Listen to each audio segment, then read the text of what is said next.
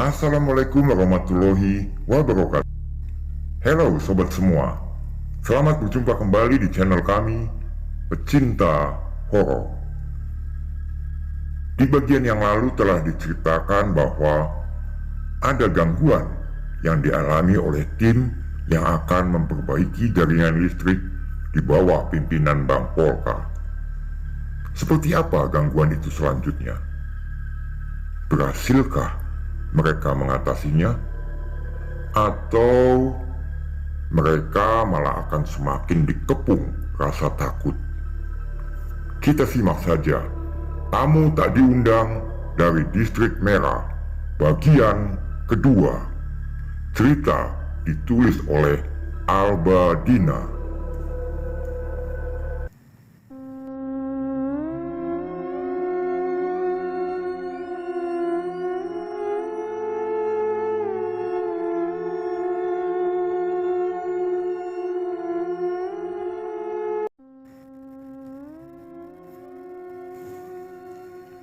Boy, Kat, kau bawa tangga itu sama Andri. Biar aku yang bawa alatnya, teriak Bang Semok. Katingan dan Andri menggotong tangganya. Kilat sedari tadi menerangi jalan mereka hingga tubuh mereka layaknya bayangan. Angin yang tadi agak tenang perlahan menjadi kencang. Wah, macam dari pintu neraka kita. Sambil melihat ke sekeliling yang gelap dan hanya lampu mobil yang menerangi. Itu juga tidak mampu menembus pekatnya hutan di kanan kiri jalan itu. Dan mereka menambahkan dengan menyalakan senter yang disematkan di kepala. Binatang malam sepertinya juga enggan manggung. Sesekali terdengar teriakan binatang dari kejauhan, seolah sedang memberi pertanda untuk waspada. Entahlah. Bang Semok terus mengawasi Bang Polka yang berjalan dengan langkah yang panjang menuju mobil, lalu mengambil stik besi panjang, berjalan ke arah depan Katingan dan Andri hingga mendahuluinya. Bang Semok tampak setengah berlari mengikuti langkah Bang Polka. Melihat hal itu, Katingan dan Andri sempat berhenti dan saling berpandangan. Nampaknya mereka baru menyadari keanehan gelagat mereka. Jalan yang mereka tuju semakin lama semakin menyempit. Sepertinya jalan itu jarang dilalui hingga tumbuhan itu hampir menutup jalan. Bisa diduga jika tanah di sekitar tempat itu sangat subur. Meski memakai sepatu boot, masih terasa jika tanahnya lembut seolah banyak terdapat unsur hara.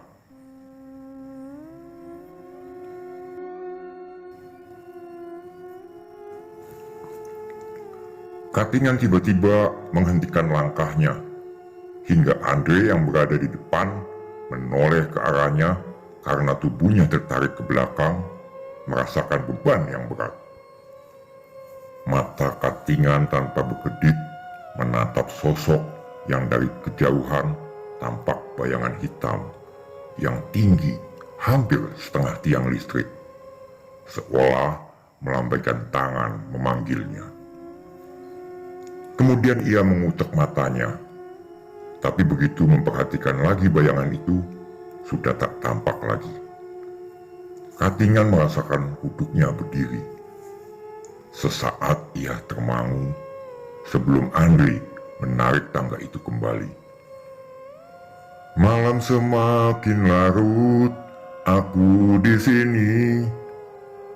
Andri bernyanyi memecah kesunyian. Tiada kasih dan tiada cinta dalam hidup ini. Ush. Angin yang lumayan keras seakan melewati mereka. Dek, panggil Katingan seakan mengingatkan untuk diam. Berkali-kali Katingan mengusap tengkuknya yang sedari tadi merinding. Tanpa henti, batinnya berpikir, "Ah, monyet gundul mayat muncul. Somplak kau ini, Ndre."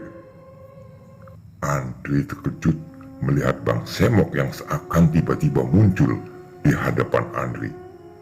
Atau Andre yang tidak menyadari jika di depannya ada Bang Semok. Katingan pun ikut terkejut. Apalagi sedari tadi ia sudah merasakan keanehan, ditambah latahnya Andre yang membuat hati muncul kejengkelan. "Bang Polka mana, Bang?" tanya Andre yang keheranan karena hanya melihat Bang Semok sendiri. "Sudah duluan, jalannya saja macam setan. Gila tuh orang," gerutu Bang Semok sambil mengatur napasnya. Rupanya tadi Bang Semok duduk karena kelelahan mengikuti langkah Bang Polka. Tingginya rumput di sekitar itu menutup tubuh Bang Semok dari belakang. Tawa Katingan dan Andre pecah.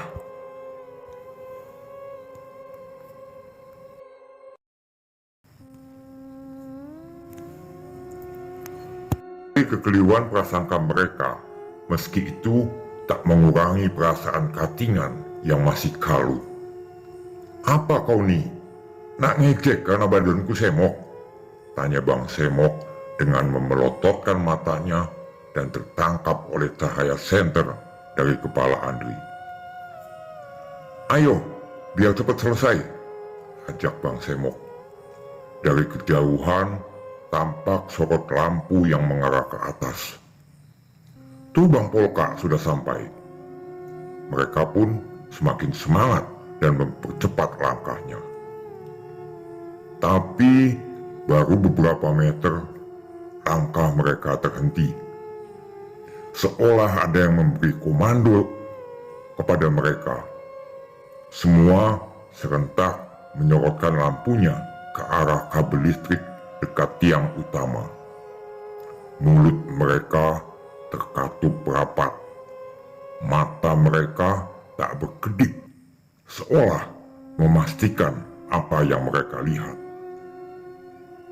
Bang Polka nampak sedang berusaha mendorong benda hitam besar yang seolah menggumpal di kabel listrik menggunakan stik. Katingan melihat Bang Polka seolah melihat kembali penampakan yang tinggi hitam sebelumnya. Kembali diusapnya tengkuknya.